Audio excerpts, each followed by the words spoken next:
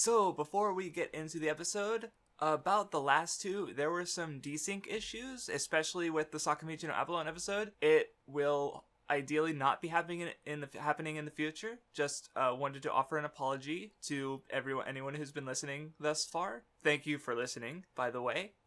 Okay, serious stuff over. Serious stuff over. Play the intro. 3, 2, 1. 今夜もミュージック君へのラッキー笑い合って抱き合って幸せにほらなれるように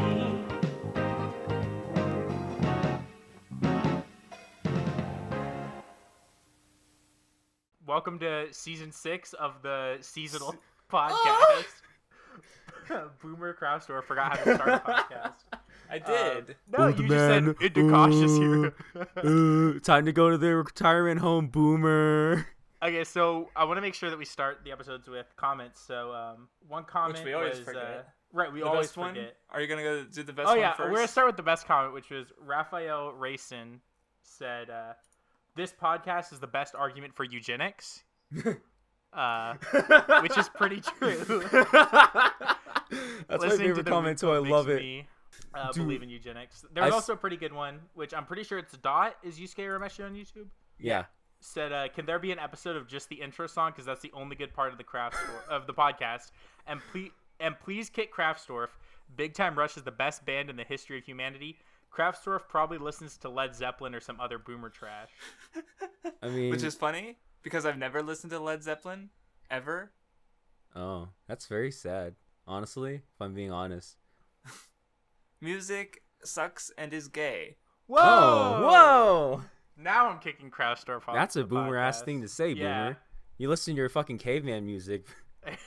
What hits rocks with bigger rocks? This is my music. So, also, the Weeb Club now has a subreddit. So I'll be taking Why? comments or... Because, was it What's idea to do it? That wasn't my idea. I was like, so what happened was I have a subreddit called r/whatthewhat that hasn't been. Why? No, listen. So someone who used to be a patron of me, who knows me from like a long time ago. He one day he just went like, oh, haha, I heard someone mention your name at school, and I was like, okay. And then he just goes and makes the subreddit, and I'm like, oh, okay. And it hasn't been updated since 2017. Okay. So I remember when it was created, though. Oh yeah, you were there. You were there, and we were like, we used it like once, and then we never used it again. Same with the old BSA 8chan board. What is BSA? What is that? But then I guess we saw it, and then Drock made a Weeb Club Reddit. At So Morozaki's recommendation, he was like, why not just make a new one instead of trying to fix a garbage pile? And I was like, oh yeah, true. So if you don't like YouTube comments and you want to comment on Reddit instead, I'll read those as well. If you We have- hate being smart, if you hate being stupid and you want to be more stupid, go on Reddit. Yeah, so there's one thread that matters, which is which Weeb Club member is most likely to be a sex offender. Craftsdwarf. What says Craftsdwarf. Craftsdwarf doesn't give any reasoning. Why do I, but Vindy? Do Murozaki, I yes. need reasoning? Well, Murozaki says, what because he is the horniest of the three. Don't listen, trust him if he tells you he is not horny and has never been horny. How many times have He I is have lying. to tell you this? How many times? Mm-hmm. When we were made the BSA and we made the one episode about fetishes, and after it was done, and I do the funny thing where I go, haha, lolicons, right? Ha, that's so funny. Craftsdwarf said to me, he was like, you guys are all cute. My fetishes are still worse than all of yours combined. That's fucking scary. Because Flutter was talking about, like, fucking spider girls or something. That's terrifying. God, what a hero. And then one day, Craftsdwarf just goes, man, tummy punching's so hot. And I stopped, and I was like, holy. What? I made a joke about, cause look, that was it a entirely joke? because you say that you like fit tummies, and one day I will go, it'd be funny to mention tummy punching because it's like the opposite of fit tummies, and then You see, so audience, I joked about it, and then what he's you doing did is one called of your, rationalization. Funny, Craftsdwarf. right So up- basically, what I'm getting from this is that Craftsdwarf gets off to Harry Houdini's death. what? He was Oh, okay. Craftsdwarf, how many Guro dojins do you have in your room right now? Of Houdini dying specifically. Yeah, specifically. He commissions himself. Let me finish, because what did one of his funny say something or not deranged? Why did I say deranged? I meant like degenerate, wrong D word, and then deletes it where he's like saying, "Oh, I have a whole tummy punch folder" or something like that, or tummy abuse or something. So I learned something about what that day. That's not what happened. I remember what happened that day, Craftsdwarf. That's not what happened because it's burned into my mind. Well, you deleted the message. What are you gonna do? Prove it? Yeah, I will. Ready? Hold on. I gotta get my No You card out. Hold on. This is why you always save what messages that he deletes. Like here, I have one. Let me pull it up really quickly. No, don't do it. This is one that we should always post. If you do it, then what will be legally obligated to? Oh. That's why you always save what images. Never mind. I concede. I guess I concede. Oh well. Whoopsies. Looks like I'm a lolicon. Yeah, you and Rika. Don't ever say that. Don't ever say that again. Start the OP.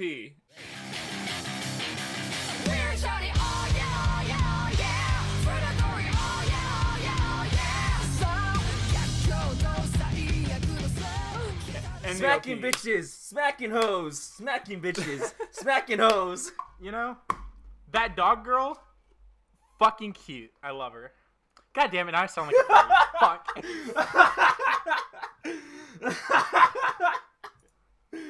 The only reason I called her a dog girl is because that's what the title of the episode is. You know what? Are you talking about Rosalie? I don't remember her name, dude. I was so bored, and then she had a ponytail, and I was like, "Oh my god, I love her." With the blue hair. Yeah. Okay, I don't know why I said dog. Because the title of the episode. Let me go to Hulu. The title. Well, first of all, they mentioned that she's like a dog, but the title of the episode is "This Lady Night is Too Dog-Like." Oh, okay. Fellas, it's just true now. He's a furry. It's too late. It's too late for us all, man. We're done here. I'm in a podcast with two furries. Well, I can't take it anymore. We gotta talk about the nudity in Beastars, so we'll get to it later. So, I mean, the show is like structured the same way, where it's like there's like a setup episode and like a climax episode, and obviously the climax episodes are generally going to be better. This is a setup episode where like Rosalie, yeah, she's the opposite of Seiya. I thought it was fine. At least it was better than episode 5. Yeah, I mean, it wasn't the worst episode. Not as good as the last one, obviously. What happened in episode 5? That was the one when they ended up going. It ended with them getting to the dragon place, and they were like they would train. Oh, is that the one where the yandere lolly shows up? Yeah. Oh, she's in this one, in this episode too, in Salsa. Yeah, I think it's great pretty funny. in this episode. Yeah, she's great. She's like the best part of the her or the other girl. I would say growling is funny. Seiya slapping the shit out of the Rosalie was probably the best part of the episode because he just didn't stop and like burst out bullied fucking laughing her when that happened. My favorite part about it is like thinking about it because like in it's so fun in me because in Konosuba, right, the whole joke with Kazuma being able to hit girls is that he's a feminist, right? He believes in equality between the genders. And but Riz in this, Riz is like, this is the death of feminism. Yeah. What are you from the 1930s? Like, and that's something that I hadn't considered before because the gods are because it's all this like fantasy setting shit. Like you go to their realm and they're like in medieval times and shit. But Risa's like talking about guns and the 1930s. Like she has an awareness of modern society and culture because that's where they pull their heroes from, which is something I hadn't thought about before, and like that doesn't really come up so as much with the gods specifically. Like though off the top of my head I only really know of like Konosuba as far as like having divine characters like also interacting. And she talks about it because she calls him a stupid neat loser constantly, and it's great. Yeah, but that's it's more played down in both cases. Right. Like even with Cautious here, they brought it up a bit more than I remember it coming up in Konosuba because like these characters do know about that kind of shit. Like Seiya's even asking like what about the god of guns, and Reese is like, I want to go to the god. The of setting doesn't caps. have yes, and Reese is like, well, this setting doesn't have guns, so we can't use them, which is really. Which now I think about it is just it's interesting and kind of weird. I would love to see an isekai where it's set in like a cyberpunk world or something. That would be so fucking That's cool, what it actually. makes me think of is if like there's a god of guns, there could theoretically be an isekai that's not set in a fantasy world, Wait, but Vindy? instead like a sci-fi world. Vindy, I wait, know Like they hold Blade on. Runner or some shit. I know Vindy, they hold on. exist. Sword 'cause Art Pause Online. Select- Oh my fucking god. And it's almost like Sword Art Online is fucking Kino. It is though. Holy shit.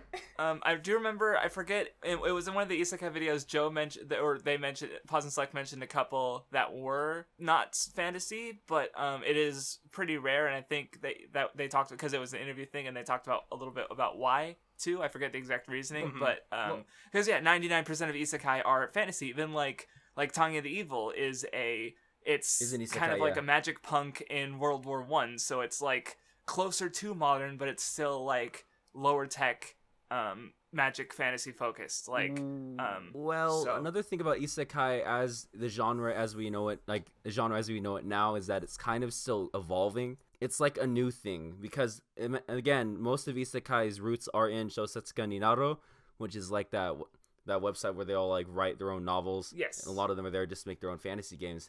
What we're seeing right now, and a lot of people seem to forget this, is like the beginning of the genre. We're so used to like it's funny because like I listen to a lot of these people complain about isekai and they kind of compare it to like shonen action tropes, and I'm like, which is like, yeah, if you're gonna compare these isekai to shonen, like see you in the 60s, go back and read fucking shit, I never remember the name, no, but it's like just go back and read Dragon Ball and you'll get the bare bones. I was going farther. I'm talking about like no, but what I mean is that like you're going farther, right? But even if you just go to the Dragon Ball, which was in the 80s, it's still like pretty, you know. Right. Old. Yeah. Well, because I guess I understand because Dragon Ball definitely like popularized like Kinnikuman. Also, like Dragon Ball lifted a lot from Kinnikuman, but those are the series that are really like codifying what the modern shonen is. Yeah, like wouldn't it be better to go back to like Fist of the North Star and stuff like that? That's like a little bit old, like early JoJo's where it's way more like all very uniform. You mean Fist of the North Star?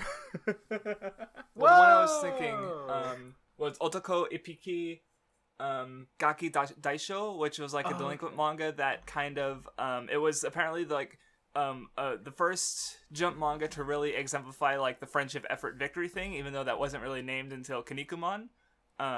So Tatakai. This one started in 1969, and also around the time, I think maybe a little earlier, would have been Ashita no Joe, also super important for general shonen. Like, those are the ones that I guess you would want, and stuff from that era, because that's the other thing. There were other manga going that we don't remember, that aren't translated, and if they were all getting translated, people say like, man, shonen is bad. Why do we only get... Remember when we had good ones, like Ashita no Joe and Otoko Ippiki Gaki Daisho? No. With most shonen fans, they still do that, but then they go, hey, don't you remember all the good ones? Like Dragon Ball and Hunter x Hunter and Naruto? They don't like Naruto. Oh, yeah, that's right, my Or bad. The big three. It's only Hunter x Hunter, JoJo. No, they do like Naruto. They just like Naruto up through the tuning exams because of Pichikara Rock Lee. Look, listen, the reason why I say Dragon Ball is to kind of heavily illustrate the idea that if what you're describing, Craftsdwarf, is in the fucking 60s, and even Dragon Ball in the 80s was still evolving from what shonen will be. Hold on. I think wait a second. Let me look at something. I think it's a little disingenuous to say, because isn't Dragon Ball 89? Well, 84, okay. never mind. I thought Dragon Ball started in 89, and I was about to say it's a little... Because I feel like that's like saying, like, when... something that started like 90, like if it started 89, I was be like, it's a little disingenuous to say the anime 80s, started in 89. If it started 84, then okay, yeah, that's it. All right. Yeah. So no, my point is like, think about it like this: we're in like the very early years of this genre evolving, and all these stupid anitubers going, the isekai are all the same. They don't. I'm like, bro, you're just not looking hard enough. It's starting. There's little changes being implemented. Like now, you're just not seeing it. You're not like. I'm not saying everybody be Joe from Pause and Select and read every single isekai on the planet. What I'm saying is just grow brain. Well, I think there's also a difference that people forget, which is like, especially now in like, you know, we're kind of evolved, like we're almost in the 2020s, and like the internet has changed things so much since the 80s, right? Like if you go back 40 years to like, you know, the 80s, the only way to have a manga read was to get serialized in a magazine. But now, anyone can write an isekai novel and publish it online, so there's just a larger mass of it, which means that there might be some that like wouldn't have happened before that are standouts now. But it also means that the number of generic ones is going to go up because there is just more in volume, and there's less of a quality filter to putting something online than there is to getting it in a magazine. So like, of course, there's going to be a lot more isekai that are really similar because there's a lot more people with a lot lower skill set writing just more than there used to be. Right, and it is popular, so you got producers and publishers who are like, this one seems interesting. It might sell. It's getting good numbers on the set website. I can never fucking remember. Shosetsuka ni Naro. Shose ni Naro. Okay, yeah. Naroke. And so, like, there's one that's apparently going to get an adaptation that, I don't know if you guys have seen it on Twitter. The revenge fantasy one that's very much, like, the author has admitted that, plot and characterization and character development are all secondary to the revenge fantasy. It's like, he said something like, if you don't want a story where the main character mind breaks girls and like oh my God, out of revenge, Vindy manga? like whoa, no, what is this? I have to give me a second. Fellas, you notice how he perked up at the sound of that? You notice how he got a little excited about that? Yeah, see, the difference between us, is I don't hide my degeneracy behind the fact that I'm pretending to be a degenerate. I'm not overtly am degenerate. I'm not a degenerate, though. And you can't to hide how little of a degenerate I am. I'm not a degenerate, though. You can't okay, I hate you. All right. Like, my biggest problem with Cautious here now, I think, is that to circle back to what we're actually, the show we're discussing, I think that, like, it's just getting really samey with every episode, you know? We know exactly I was what definitely to like expect worried about episode. that from the beginning, and because like, you know, I get, because he's just like, okay, he gets ready, he solves the issue, and now it's like, okay, now he does training. Like, first he did it alone, then he did it with this master, then he got the different master, and now he's finding another master. So it's like, it's also got to kind of like, you know, like the author just like comes up with a thing, like the individual things he's learning are just like plot things, where compared to like, you know, shonen, again, to compare it to a genre that has had more time to evolve, the power-ups will generally like reflect the characters or the moments or something, ideally, you know? Like, I talked about it in my Luffy video, but like Luffy's Snake Man like embodies his like try again attitude, because, you know, he misses a punch, he can punch it, you know, he redirects the punch and like turns that failure into a victory, you know? Right. Like, and none of Seiya's like Eternal Sword, or now he's learning a bow technique, like they're just techniques. He does cool thing, and it's not like meaningful, like, or if there is, you know, I haven't seen that yet. So, because I guess, you know, the author isn't iterating on something, or right. You know, he's not, you know, it doesn't seem to be like a great writer. Like, it's fine. He's actually a writer, so that automatically puts him above most of YouTube comments, and like every YouTube comment ever, and commenter rather. So I disagree. I think our hero Raphael Racine is the greatest writer of our generation. Oh my God! Shut up. All right. I will say one thing though. The most meaningful thing that's happened in isekai, in like this series, and with a lot of isekai, is like it's like what kind of Joe kind of says, like the power ups and almost everything are like secondary. It's like they just kind of have to happen, which I don't think is a good thing. But sometimes it's on purpose and sometimes it works really well. In this case, what's more important seemingly is just how he's like changing the world, and like how it's like we're getting close, like more insight into how his personality is. We get little things like, haha, I made this as like I faked the sword, right? I faked the legendary sword that can kill the demon lord and things like that. Right. And we're getting hints of it. The issue is just that it's so slow, and there's like no immediate payoff, that you're just kind of like, it seems like everything's the same. I think the other problem for me, at least, is that like at the beginning, at least it was better than MHA, because MHA had kind of a slow start to this season. But I think now that obviously Beastars is fantastic, and now that MHA is picking up, Cautious Hero is like my least favorite of the things to watch each week. Well, I'm actually excited to watch MHA now, which is something. That's what I'm saying. Is like I'm excited to watch MHA because it's getting good, and like Beastars is amazing. And not just because I'm a furry. And then Cautious Hero is just like, it's whatever, right? It's like, okay, you know. Yeah, like most of this episode hasn't been talking about Cautious Hero. It's been talking about isekai in general. Yeah, they haven't even like played also, the opening in the last real two quick, episodes. The series that is the Revenge. They didn't play Fantasy the one, opening. No, not twice. I didn't even notice. It's a Kaifuku Jutsushi no Oh, God. Yari Naoshi. Sorry. Yeah. So Redo of cringe, Healer. cringe. Put it on screen, what, so I can make sure to follow it when I watch the episode later. Here, I'll spell it out for you. Here it is. Cringe. Oh. Kraftsdwarf put it for me. Thank you. Kaifuku Jutsushi no Yari Naoshi. Kaifuku Jutsushi no Yari Naoshi. All right. Well, I only stumbled once. You stumbled 3 times. Kraftsdwarf stumbled Well, because you didn't more times than he has reading subscribers. So. Is this stutter scaling? Yeah. Anyway, the last thing I had to mention, I like the Elulu bullying because she's like, well, I guess I'll just eat candy then. Poor girl. That was funny. Man. And that's about it. Man, I like how Craftsdwarf zeroed in on the lolly. It's funny. Let's move on. On to the next one.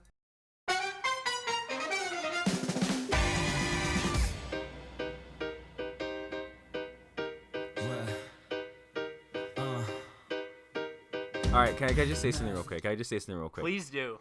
Brokeback Beastars is a show where Jake Lugosi Gyllenhaal and dear Heath Ledger really pretend that they're after the same girl, but they're really not. See, there's a lot of moments that hint at this. You see, Lugosi was really upset when he smelled Haru on Louis, and he's like, And most audiences would think, maybe he's jealous that Louis is getting some of that rabbit pussy. But here's the thing you don't understand. What he was actually doing is like, why is my man philandering with another girl? They're both pretending to be. And she also notices that like Haru notices that as she's doing the deed with Louis, she's like, he seems sad all the time. But you notice he has little moments of personality with Lugosi. Makes you think a lot, doesn't it? Yeah, Beastars is good. This episode was really good. Well, like, I'm trying to think because there was a lot of like little things that were good. Okay, let's start with the beginning of the episode. I love seeing that chicken is like proud to be making good eggs, right? And like she says, "Oh, I'm proud of it for myself," but that's not true. She is legitimately proud that Lugosi likes her eggs and that she's making eggs that other carnivores like, you know. And it was cool. It's cool to see her be like, "He's eating my eggs," but not be like disgusted by it. It's like, "Yeah, you're eating my eggs." Like there's like a source of pride there, you know. It's interesting. Mm-hmm. Yeah, and well, I caught up to the manga, so I read that chapter because in the manga that was before the black market and after the play and such and some other stuff. So I thought they weren't going to do it, and I was kind of sad, and so I'm happy they decided to adapt it. Well, I liked also because like they keep jumping between tones. Like that one was more lighter because it was like here they are grounding this like animal thing into a real because there's obviously no real world analog to this, so but it still it works within the setting with how it's introduced and stuff. Then it goes right into like Haru having a trippy fucking great looking dream sequence regarding her relationship with Louis, and then there's funny stuff and then there's the fucking ending. Then there's rabbit titties. Hold on. Okay. When good doggo boy, right? I wasn't looking. Jack. He sees the porn. He's like, oh god, God. Oh no. I thought I knew him. Oh no. Was great. What was that? Your reaction when Craftsdwarf said that? That's my reaction whenever I enter a call with you two. Honestly, that's honestly just me every time I'm in the call with you two. Disgusting degeneracy. Stop it. Yeah, I mean, every episode's just so fucking good. Like, yeah, but no, I like Jack's reaction was funny, and then Lugosi's reaction when Jack started bringing it up because he like fucking jumps out of the bed and like fucking like he just loses his shit. Yeah, it's like when Vindy's mom finds his collection of Lugosi porn. What? She would never find it. Vindy, these are all these things I say are tests, and you fail every single one of them. Also, Lugosi owns a pet beetle, and that's good, yeah. I wanted to bring that up. Lugosi's It's cool because it's like, of course, like they're animals, so their pets would be something that's the more like what an animal is, which is bugs. So of course he would have a pet beetle. Yes. And it was in the manga. We already talked about it, but he's liked bugs since the beginning of the manga. It just hasn't like this is the first time the bugs have come up in the anime. So, which was something I was wondering about because like what about fish? What about bugs? What about the ones we're not seeing? There was other good stuff this episode. I did not see bunny titties. I guess I wasn't looking hard enough like you two were. I did not see the bunny titties. Y'all Like, are I fucking. legit did They not- were like right there on the screen. Like, Vindy, I wasn't looking for them. I was not. do I need to looking go for take a this. screenshot right now? You don't You have to do gotta it. You do don't it. have to Do do it. it. Don't Do do it. it. Don't do it. Do Don't it. do it. Don't do it. This man, WattheWut, is begging for a bunny titty. He just There- won't admit I'm it. really not. I'm really not, honestly. But I like. Look, I mean, this, Juno's this kind of episode, cute. What? We're finally getting like the Lugosi and Juno stuff, and it's so good. I love. Oh my god. Because like now it's like there's like and like we see it with like Lewis where like he has like societal like obligations and like Yes, he has to 'cause live he's, like he's all about society, right? Like he has to live up Society. to society. And so Yeah. Well, like, you know, what I took from his relationship with Haru is she, you know, doesn't give a shit about much. Like she's introduced having fucked the boyfriend of this like noble endangered species, and you know, you're endangering my species even further. Like she doesn't care about this. So like with Lewis, because you know he has this what was I gonna say? there's your screenshot of bunny titties. Fuck. I was expecting nipple. This is disappointing. You Anyway, can't show nipple on TV. Well, that's what I was you talking made it, about. Vindy, you made it sound like it was nipple, and we. Well, that's why we re-download when the Blu-rays come out. That's not what I'm gonna do, Vindy. That's not what I'm gonna do. Anyway, as I was saying, like, basically because, you know, Haru doesn't care, like, Lewis is able to be more himself around her, so, you know, like, because earlier you mentioned, like, your favorite parts of Beastars were, Lugosi and Lewis's relationship, and then Lugosi and Haru's relationship, but now we're getting into Lewis and Haru's relationship, which, is neat. It's great because, like, you know, and then Lugosi is trying to figure out, you're like, you know, should he do the societal thing and like almost like the biological thing where, you know, he gets with Juno because she's a wolf, right? And like that's what society wants, and that's what she wants, right? Because she wants to be the perfect gray wolf couple. But that's not what he wants, and that's why the end of the episode is so good, because it's kind of like him realizing like, I don't care what Keep going. I'm supposed to do. That was a little weird. I love Haru. It It's hurts. great. Yeah, It's so good. Well, the Juno, it was really funny too because like, she's like, "Oh my god, I think we were made for each." Or like, "Are you feeling what I'm feeling?" And he's like, "Yeah," and he holds onto her hand. He's like, "You learn about this in the second year biology class." And it's like, "Look, go see you, fuck." Well, he's also such a Chad because he's so like you know, if you ever need it, you can grab my tail. Poor Juno. poor She's just girl. like, what? So sad. She fell in love with the stupidest virgin, and he's so good, the best virgin. But she calls him like a Chad. She's like, oh my god, he's so cool. Oh, like when I've never danced, but and then he like takes off his clothes, and she's just like, oh. Is that what So Vindy? she's- Is that how Vindy acted when that happened? I almost screenshotted it and posted it to Twitter saying something another- like "Me too," because she was like, "Lugosi's so cool" or something. I was like, totally agree. Well, why didn't you, Vindy? You got something to hide? Because I didn't want you coming on this episode and being like, "Oh, look at this joke tweet Vindy made. He's totally a furry." Vindy, it's not a joke. We all know it's not a joke at this point. Okay. Oh, there was a really weird part where Haru called Lewis Bambi, and I had to I had to stop and think about the world building for a second. So Bambi is a movie, like, but they're animals. So do they act like animals in the movie? Oh my god, Craftsdwarf Is it bringing realism has into this Disney shit. always been live action? Right now in the Oh. setting, are they complaining about the 2D remakes of the Disney classic live action movies? So we're gonna move on now. Dude, maybe they're just all really big fans of Lindsay Ellis. Oh hey. Maybe they really I'm just trying to love think Bob if I had Iger. anything else I wanted to bring up about the episode. Well, I did because I want to talk about the last part. But were you guys done? No. Or- I'll think. You go.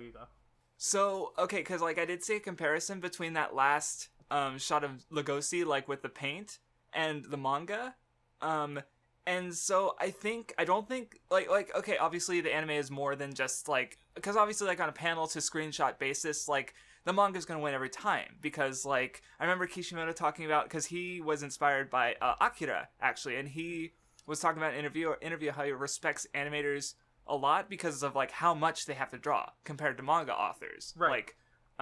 So even if one drawing doesn't look good as good as a panel, animation is just a different medium, and the tweet I saw the comparison. Alexander tweeted about it because he said he was mentioning that the anime has a lot of else to offer. But I thought it was interesting, sort of, because I realized if you look at that screenshot, the paint on the ghostie's face is like it's like yellow, orange, and red. So I think what they were going for, like, I don't think it like quite nailed it, but I think it was supposed to look like general like flesh, because like fat is yellow, for example. So it like they were kind of like working with like the idea of having multiple paint colors and trying to adapt the scene. But like, because I saw it out of context first and I didn't even recognize it as paint, I was like, what the fuck is that? It looks like blood in the manga, yeah. Exactly, because that's what I think they were going with, because like the idea is like there's like the tie between his romance and his natural hunting instinct. That's the conflict right now. And so he's like admitting he loves Haru while looking like a predator that just had, in the manga. So in the anime, I feel like they were maybe going with that, but just they were trying to like do it with the multiple paints and do like a gore thing instead of just a blood thing. But I don't think they nailed it. But I think it was interesting, like, thinking about it after and going, like, I think that's what they were going for. So even if I don't think they nailed that specific aspect, like, interesting attempt. Because I definitely, like, again, just going on a, panel for screenshot comparison, the manga definitely, like, it looks like blood. It looks like what the scene was going for. I still like the scene a lot, because at the end of the episode I was like, no, Lugosi, you've been the good boy so far, don't be the not good boy. Oh, because I'm definitely looking forward to next episode, because that cliffhanger was something. That was crazy shit. Yo, I like to talk about how Craftsdwarf brought it back to Guro on his own. Oh, god damn it! I didn't even do it on purpose. I was drifting. I was trying to drift away from that conversation. Freudian slips exist for a reason. I went on my phone while he was talking about this because all of a sudden he said "girl" and my mind turned off. I said gore. Oh. Well, it was recorded, so fuck you. I hate you all. That's a lie. All right. I couldn't think of anything else. I don't think. I don't know. I just really like the series. I liked the conversation between Lugosi and Lewis, kinda. And yeah, I like how Lugosi's like, just a good boy at all times, like to Juno, even though he's not really like, into her. It's good. Yeah. He's a good boy. I love him. Yeah, there were just a lot of good character interactions this episode. It was a good episode. Like, because that's the thing, is like, even though I might say this is like my favorite episode so far, except for like the last one was really good, and the drama play was really good, right? And those ones might be above it, but like that's an interesting comparison because those are very much like things happening, like whoa, crazy shit. Where this was just characters interacting, but it was still really good because the characters are really good, and there was a lot of variety in the interactions and relationships, and it was a fun episode. So moving on, last show of the week, play the OP. Woo! あの日守ると決めた約束はこの胸に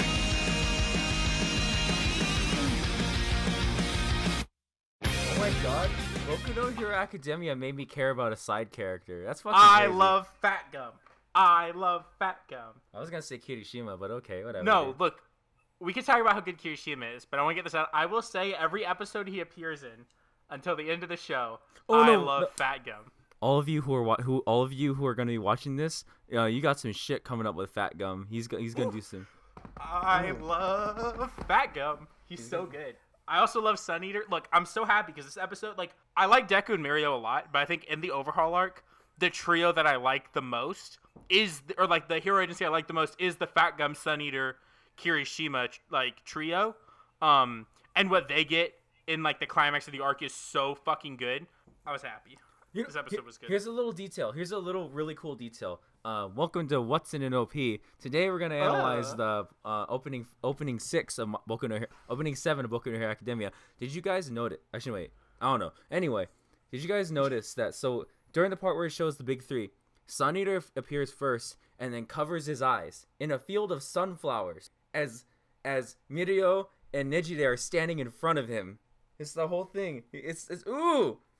They're too bright. It's like it's hinting at it. He says it again. It's like you're too bright for me and too bright to be able to stand in there. And I can't wait till they say like the reason why he's called Sun Eater. Ooh. Oh, ooh. It's so good. Oh my god.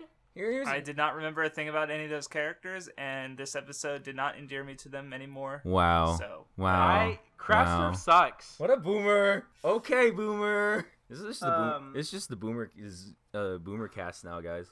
What it was just a mid episode. I'm sorry. Oh. Okay, so Kirishima is a hero. He's a cool I love boy. him.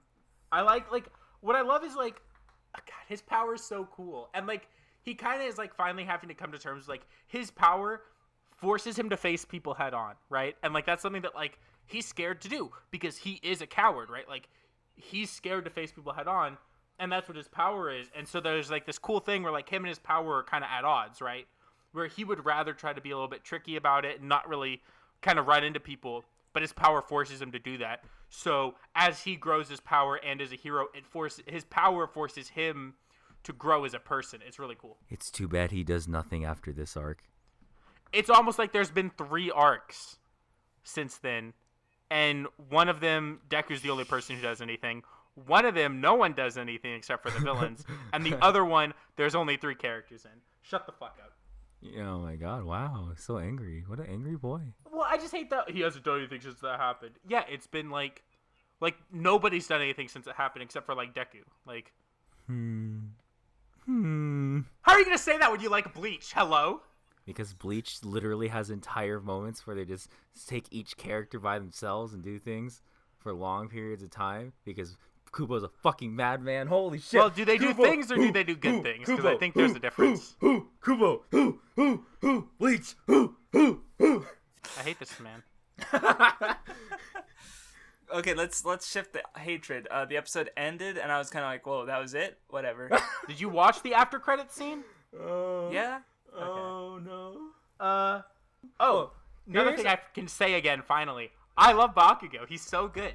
I love the thing I love about Bakugo is that like he actually does like. There are a few people in the class, right? Obviously not everyone, but there are some people in the class that like he legitimately does care about, right? And like Kirishima is one of them. And like the way he kind of like can like assess what's going on and tell Kirishima what he needs to hear while still being fucking asshole piece of shit Bakugo is so great. I love him. Let me tell you how good let me take a second here. Let me tell you how good if you start talking about Bleach, I'm gonna Boku no Hero. Let me tell you how Boku no Hero's female character writing is. So Nejire Hado. Oh yeah, there was the really like well animated opening bit with characters who don't do anything canon in the rest of the arc. Yeah. This is how Uraraka breaks the shonen female league curse. She doesn't do anything bad because she's never fucking there. Did she break it by being not anywhere near the hottest girl in the show? Whoa. Hey. But she is. She's with Nejire Hado. Da-da-da. Da-da-da. Oh, I see what you're saying. But that's also not true, because Jiro's the hottest. Oh, is she? Vindy. Probably. What about Jiro? Do you like? She wears a shirt that says deep dope and points to her pussy. It's hilarious. Is there anything else though, Vindy? That's the piece of clothing. What else is there? Want to enlighten us there, friend? You want to? I like her long ears. They're funny. Oh, okay. I see. Yeah. Remind me of bunnies. Oh, wait. What bunnies have you fucking seen, Bunnies sir? have long ears. That Vindy. I've never seen a bunny with wires for ears. Well, they just go long the other way. They go up instead of down. Because neither of you have heard of lop-eared bunnies. Okay. No. Stupid idiots. Craftsdwarf and Vindy. I know what lop-eared bunnies look like. They do not have wires for ears. You know what? I'm trying to make a joke. Your joke is not funny, just like me. Neither. Yeah, I was about to say, just like you. No, yeah. So I thought you see, you guys are exactly as unfunny as each other because you came up with the exact same joke. I thought it was really fucking. Same time. I know it was just really fucking funny though. How they have like this thing with like Nejire Hado and finally it's this thing in the beginning and then nothing. They're just gone. Look, you know the worst part is yeah. Here's the worst part. I agree with Crowd. There's definitely 100% in like the thing gonna be an entire episode or two completely about them and what they are doing. That like is just gonna be added for the anime, and everyone's gonna be like, "Oh my god, it's so good!" And it's gonna be like the worst part of the arc. Uraraka make the shonen female league curse because she did a thing in an anime only episode. Yeah. God, hey, sad viewers, did you see that beginning bit of the Boku no Hero Academia episode where you saw the girls do like one thing? The percentage of which in that episode is basically what they get in the arc, except divided by 5,000. that is what they get. You're welcome. Yeah. What else was there? no There's something swag. about The sound effects they added for Kirishima for Red Rider Unbreakable. Oh, ooh. they were good. I kind of like that they hinted at the Kirishima backstory we'll get later on in the arc. Oh, it's so good. I forgot about that. I forgot that like that was a thing because Pink Girl doesn't do anything. Well, not yet. Not yet. Oh yeah, That's the right. whole problem. Is I it's so easy to say, oh, they don't do anything, but like we're not done with MHA. Like we don't know who's gonna do something. Suck who my isn't. PP. You Wendy. suck mine. Suck mine. You're stupid. You're gay. Just suck each other's at the No! same time, you fucking homos. No. Christ. Gross. He's so stupid. Fucking. And in between sucking each other off, you could can your Black Clover My Hero Academia. And debate. with that, the episode has ended. Thank you all for watching. No. No. Oh. Like the whole Red Rider Unbreakable is so good. Like I love watching like whenever MHA goes into like the aspect of like pro heroes as like celebrities. I think is always really good because it's like totally like something that would happen. You know what I mean? Is like they would 100% be celebrities. I think MHA generally does that part of it really well. I mean, I don't got nothing Neat. else to say. Yeah, I think that's probably it for me too. Yeah. It was good this week. I think it was my second favorite of the episodes after Beastars, but nothing will ever beat Beastars because it doesn't have Legosi. Thank you all for watching. Make sure you like, comment, and subscribe. Make sure you also... And if the audio desyncs, find what tie him to a crucifix and leave him trust in the me, sun with for me 3 at the days. helm, there will be no audio desyncs. Whoa! Alright, if the Sure, audio okay. desyncs, blame what? It won't. You never know. It won't. All right, later. Thank you. See Bye. ya.